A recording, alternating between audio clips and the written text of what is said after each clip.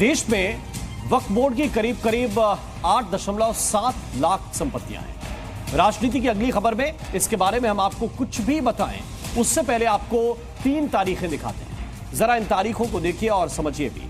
पहली तारीख है 5 अगस्त 2019, जब जम्मू कश्मीर से 370 हटाया गया था।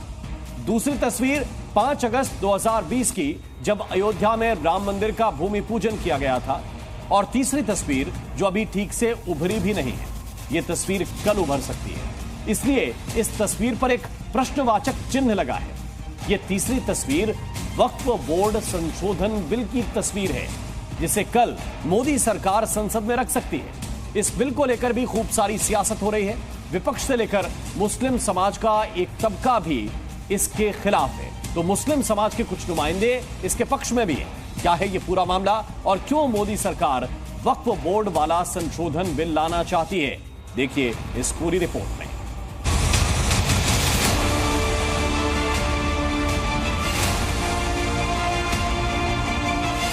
अमेंडमेंट्स लाने का मकसद एक ही है कि एक तो वक्फ प्रॉपर्टीज को छीन लिया जाए, दूसरा फ्रीडम ऑफ रिलीजन के खिलाफ काम कर रहे हैं।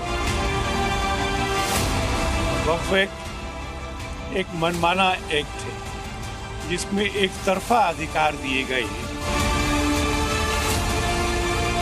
जाहिर सी बात है, हम नहीं समझते कि इसमें किसी किस्म की कोई अमेंडमेंट की ज़रूरत थी। ऑलरेडी वक्फ बोर्ड्स पूरे मुल्क में अपना काम कर रहे हैं।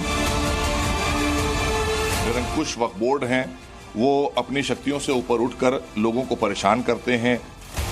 सवाल ये उठता है कि हंगामा क्यों बरपा है? संशोधन ही तो हो रहा है। केंद्र सरकार इसी हफ्ते संसद में वक्फ बोर्ड को लेकर संशोधन बिल ला सकती है। सूत्रों के मुताबिक मोदी सरकार वक्फ बोर्ड की किसी भी संपत्ति को वक्फ संपत्ति बनाने की शक्तियों पर अंकुश लगाना चाहती है और इसको लेकर शुक्रवार को कैबिनेट में वक्फ अधिनियम में करीब 40 संशोधनों को मंजूरी मिलने की खबर है। यानी वक्फ के नियमों में 40 संशोधन हो सकते हैं। अब एआईएम के मुखिया से लेकर तमाम मुस्लिम धर्मगुरुओं ने मोर्चा खोल दिया है। इसे सीधे मुस्लिमों पर हमले से जोड़ दिया है। ये अमेंडमेंट्स लाने का मकसद एक ही है कि एक तो वक्फ प्रॉपर्टीज को छीन लिया जाए, दूसरा फ्रीडम ऑफ रिलीजन के खिलाफ काम कर रहे हैं। और डिस्प्यूट अगर है तो जुडिशरी डिसाइड करेगा, एग्जीक्यूटिव कैसा करेगा? तो ये चीजें हैं जिसका हम अपोज करते हैं इसको। मेरी गवर्नमेंट से यही अपील है कि इसमें बेसिकली किसी अमेंडमेंट की ज़रूरत नहीं है, और अगर किसी अमेंडमेंट की ज़रूरत गवर्नमेंट को महसूस हो रही है तो कम से कम जो स्टेक होल्डर्स हैं उनकी राय ज़रूर इनकॉर्पोरेट की जाए, उनकी राय ली जाए। यानी कहें तो वक्फ बोर्ड की मनमानी पर सरकार अंकुश की तैयारी में है। इसका सीधा मतलब ये है कि अब वक्फ बोर्ड की मनमानी नहीं चलेगी और जमीन के नाम पर जो गड़बड़झाला वक्फ की तरफ से सामने आता रहा है उस पर रोक लगेगी। सूत्रों की माने तो सरकार कल यानी 5 अगस्त को ही वक्फ बोर्ड संशोधन बिल संसद में पेश कर सकती है। अगर ये बिल पास हुआ तो देश भर में वक्फ की बड़ी शक्ति पर लगाम कस सकती है। विश्व हिंदू परिषद ने इसका स्वागत किया है तो कांग्रेस ने बिना बात किए कृषि कानून लाने के बाद के हर्ष को याद दिलाया है। मैं मानता हूं कि वक्फ एक्ट एक मनमाना एक्ट है जिसमें एक तरफा अधिकार दिए गए हैं जो भारत के कानून के सम्मत नहीं है।